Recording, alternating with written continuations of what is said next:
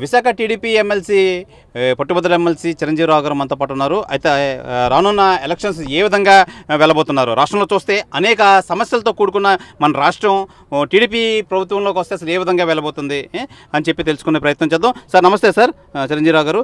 Sir ఇప్పుడు రానున్న అతి తొందరలోనే సార్వత్రిక ఎన్నికలు అయితే రానున్నాయి. ఆంధ్రప్రదేశ్లో సమస్యలు చూస్తే అనేక విధాలుగా కనబడుతున్నాయి. రోజు రోజుకి పరిణామాలు అయితే మారుతున్నాయి. వలసలు అయితే వస్తున్నారు మీ టీడీపీకి అని జనసేనకి. ఏ విధంగా చూసుకోవచ్చు సార్? సార్ నాకు 51 సంవత్సరం. ఈరోజు 51 సంవత్సరాల చరిత్రలో ఆంధ్రప్రదేశ్ రాష్ట్రంలో ఇంత నియంతృత్వం, ఇంత నిరంకుశత్వం ఎప్పుడూ లేదండి. అసలు రాష్ట్రంలో ప్రజాస్వామ్యం అయితే పూర్తిగా చనిపోయిందని చెప్పాలి. ఎవరైనా ప్రశ్నిస్తే వారి గొంతుకు నులిపేస్తున్నారు, ఎవరైనా నిరసన తెలియజేస్తే వారిని అరెస్ట్ చేస్తున్నారు. చాలా దారుణమైన పరిస్థితులు ఉన్నాయి. వర్గాల ప్రకారం చూసుకున్నా, రంగాల ప్రకారం చూసుకున్నా సర్వనాశనం అయిపోయింది ఆంధ్రప్రదేశ్ రాష్ట్రం. ఉదాహరణకు నేను కొన్ని ఉదాహరణలు చెప్తాను మీకు. నిరుద్యోగులు, ఈరోజు ఆంధ్రప్రదేశ్ రాష్ట్రంలో నిరుద్యోగుల పరిస్థితి ఎంత ఉందంటే చాలా దీనమైన స్థితిలో ఉన్నారు వాళ్ళు. మొన్నే government of India national sample survey వారు పీరియాడికల్ లేబర్ ఫోర్స్ సర్వే అని చెప్పి ఒక రిపోర్ట్ని ప్రకటించారు. మొన్న లేటెస్ట్ 2022 రిపోర్ట్ మొన్న 1 మంత్ బ్యాక్ వచ్చింది. ఆ రిపోర్ట్లో పట్టభద్రులు ఆ పైన చదువుకున్న వారిలో అత్యధిక నిరుద్యోగిత ఆంధ్రప్రదేశ్ రాష్ట్రంలోనే ఉంది. 24% ఉంది. దేశంలో 13% ఉంటే ఆంధ్రప్రదేశ్ రాష్ట్రంలో 24% నిరుద్యోగిత ఉంది. ఎందుకుంది అంటే నిరుద్యోగిత తగ్గాలంటే ఒకటి ప్రైవేట్ రంగంలో పరిశ్రమలు రావాలి. కానీ ఈ గవర్నమెంట్ వచ్చిన తర్వాత పరిశ్రమలపై వేధింపుల వల్ల, కమిషన్లు తీసుకోవడం వల్ల, ఈ ఆంక్షలు తట్టుకోలేక చాలా పరిశ్రమలు మన రాష్ట్రం నుంచి క్యూ కట్టి వెనకపోయాయి. లూలు మాల్ కానీ, అమర్ రాజా కానీ, హెచ్ఎస్బిసి వాళ్ళు కానీ వీళ్ళందరూ కూడా మన రాష్ట్రం నుంచి బయటకు పోవడంతో కొన్ని వేల మందికి ఉపాధి అవకాశాలు కోల్పోయారు. ఇక గతంలో ఉచితంగా ఇసుక లభించేది. ఎప్పుడైతే ఇప్పుడు ఇసుక మాఫియా, ఇసుక దందాలు ఎక్కువైపోయాయో చాలా పెద్ద పెద్ద భవన నిర్మాణదారులు అందరూ రాష్ట్రం విడిచిపెట్టి హైదరాబాదు, బెంగళూరు, చెన్నైకి పోయారు. వాళ్ళు ఎప్పుడైతే పోయారో కొన్ని వేల మంది కార్మికులు, భవన నిర్మాణ కార్మికులు రోడ్డుని పడిపోయి నిరుద్యోగిత పెరిగిపోయింది. ఇక చదువుకున్న వారిలో మాట్లాడుకుంటే ఈ గవర్నమెంట్ గతంలో జగన్మోహన్ రెడ్డి గారు గతంలో ఏమన్నారంటే రేపు మేము అధికారంలోకి వచ్చిన వెంటనే ప్రతి సంవత్సరం జాబ్ క్యాలెండర్ ఇస్తామని చెప్పారు. ఇప్పుడుకొచ్చి ఒక్క జాబ్ క్యాలెండర్ కూడా ఇవ్వలేదు. 2021 ప్రకటించి దాన్ని అమలుపరచలేదు. దీనివల్ల చదువుకున్న వాళ్ళు నిరుద్యోగిత పెరిగిపోయింది. ఇక డిఎస్సి విషయానికి వస్తే గతంలో ఈయన ప్రతిపక్షంలో ఉన్నప్పుడు నేను అధికారంలోకి వస్తే మెగా డిఎస్సి ఇస్తామని చెప్పారు. ఇప్పటికి వచ్చి ఒక్క డిఎస్సి కూడా ఇవ్వలేదు. సుమారు 5 సంవత్సరాలు అవుతుంది, 4 సంవత్సరాలు 9 నెలలు అవుతుంది. ఒక్క డిఎస్సి నోటిఫికేషన్ కూడా రాలేదు. సంవత్సరానికి 50,000 మందిని చూసుకున్నా ఈ 5 సంవత్సరాలకి 2,50,000 మంది బిఎడ్ పూర్తి చేసుకున్న నిరుద్యోగులు రోడ్డు మీద పడ్డారు. వారికి డిఎస్సి లేక వాళ్ళు రోడ్లు ఎక్కుతున్నారు. ఇది ఇంకొక భయంకరమైన విషయం. మొన్న మేము ఎమ్మెల్సీ ఎన్నికలు గెలిచిన తర్వాత కౌన్సిల్లో ఒక ప్రశ్న అడిగాం.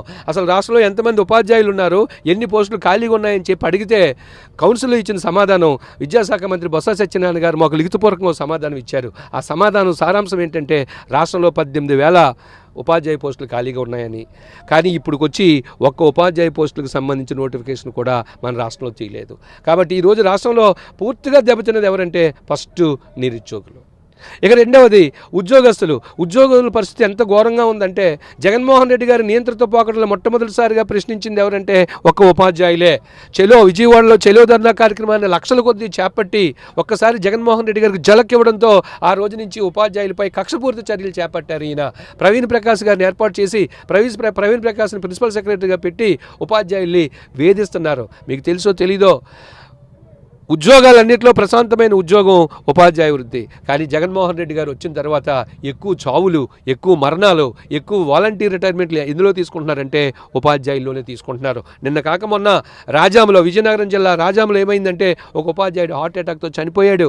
ఎందుకంటే ఈ ప్రభుత్వం యొక్క తీవ్రమైన మానసికమైన ఒత్తిడి వల్ల ఉపాధ్యాయులు రోజు రోజుకి చనిపోతున్నారు.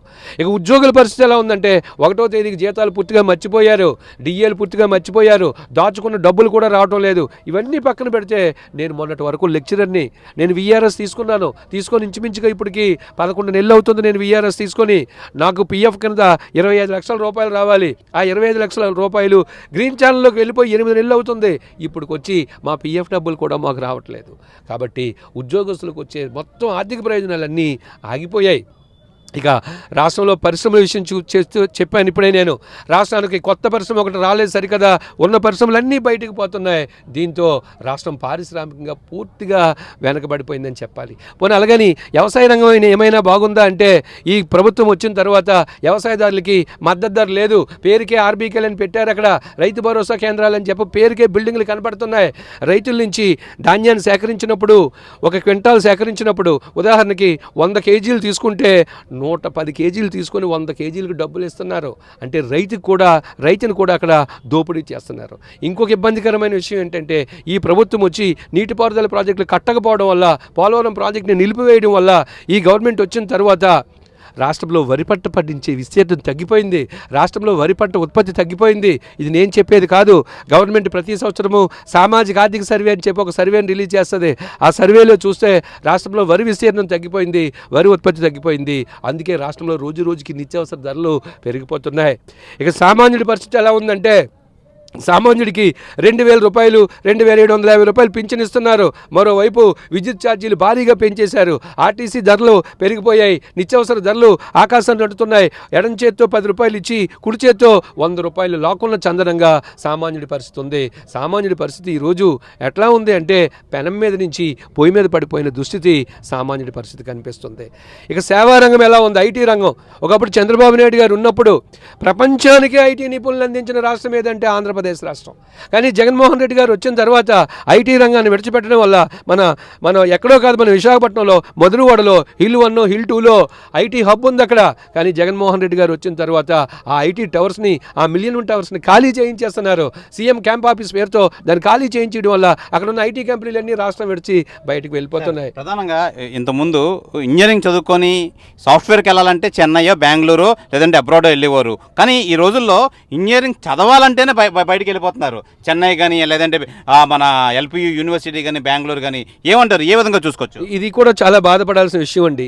ఎందుకంటే గతంలో ఇంజనీరింగ్ మన దగ్గర క్వాలిటీ ఎడ్యుకేషన్ ఉండేది. ఇంజనీరింగ్కి గతంలో చంద్రబాబు టీడీపీ ప్రభుత్వం వాల్యూ ఇచ్చేది. ప్రఖ్యాతిగాంచిన యూనివర్సిటీలు కూడా ఆయన మాస్టర్ ప్లాన్లో ఉంది. అమరావతి మాస్టర్ ప్లాన్లో ప్రఖ్యాతిగాంచిన యూనివర్సిటీలు కూడా అమరావతికి తీసుకురావడానికి ఆయన ఎంఓయూలు కుదుర్చుకున్నాడు. కానీ ఈ ప్రభుత్వం వచ్చి రివర్స్ పాలన చేపట్టడంతో, ఈ ప్రభుత్వం ఆంక్షలు పెట్టడంతో, ఈ ప్రభుత్వం వేధింపులకు గురి చేయడంతో మన రాష్ట్రానికి వచ్చిన కొన్ని ఇంజనీరింగ్ కాలేజీలు కూడా వెనకపోయాయి. అందుకే మన రాష్ట్రంలో ఈరోజు క్వాలిటీ ఎడ్యుకేషన్ పూర్తిగా నాశనం అయిపోయింది. ఇంజనీరింగ్ కాలేజీలో పనిచేసే ప్రొఫెసర్లు కూడా సాఫ్ట్వేర్ అని చెప్పి సాఫ్ట్వేర్కి వెళ్ళిపోతున్నారు.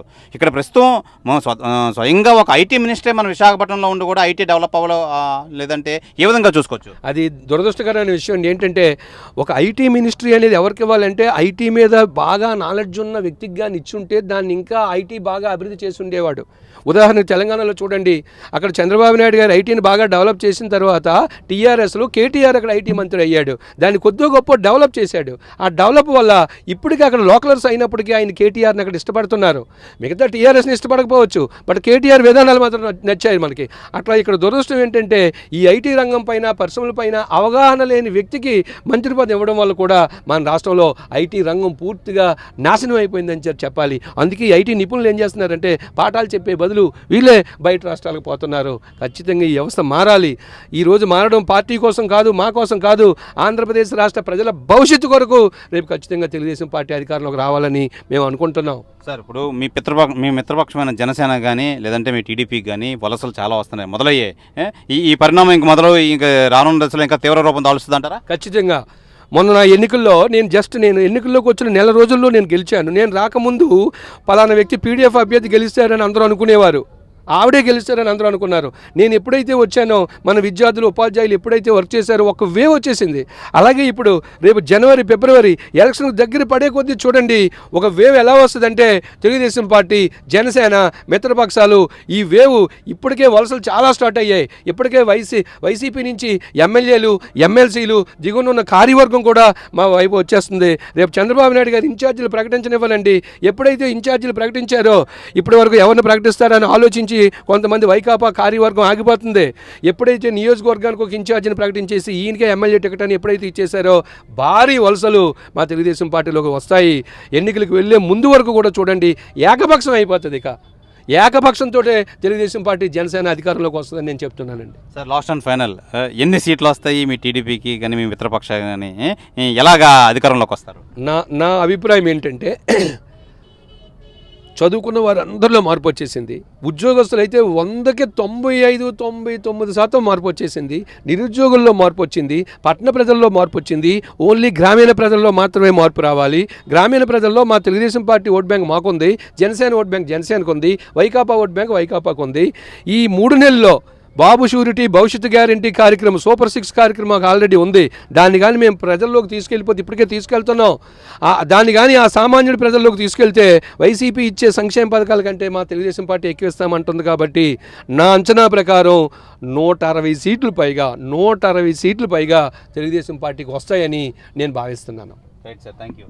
ఇది ఎమ్మెల్సీ చిరంజీవిరావు గారు అంటున్నారు. కంపల్సరీగా వచ్చి రానున్న రోజుల్లో మాదే విజయం సాధిస్తుంది. కంపల్సరీగా మా మిత్రపక్షం మేము కూడా విజయం సాధించి జనాల్లోకి వెళ్తాం. అయితే ఇప్పుడున్న అన్నింటిలోనే ఫెయిల్యూర్ అయిన అన్ని విషయాల్లో కూడా మేము కంపల్సరీగా మార్పు తెస్తాం. కంపల్సరీగా మార్పు తెచ్చి ఒక మంచి ఆంధ్రప్రదేశ్ని అయితే తీర్చిదిద్దామని చెప్పి టీడీపీ ఎమ్మెల్సీ చిరంజీవిరావు అయితే తెలియజేస్తున్నారు. కెమెరామెన్ సుధాకర్తో శివరామకృష్ణ, RTV, విశాఖపట్నం నుంచి. మరిన్ని వీడియోస్ కోసం ఛానల్ ని సబ్స్క్రైబ్ చేయండి. లేటెస్ట్ అప్డేట్స్ కోసం వాట్సాప్ ఛానల్ ని ఫాలో చేయండి. అండ్ లింక్ డిస్క్రిప్షన్ లో ఉంది.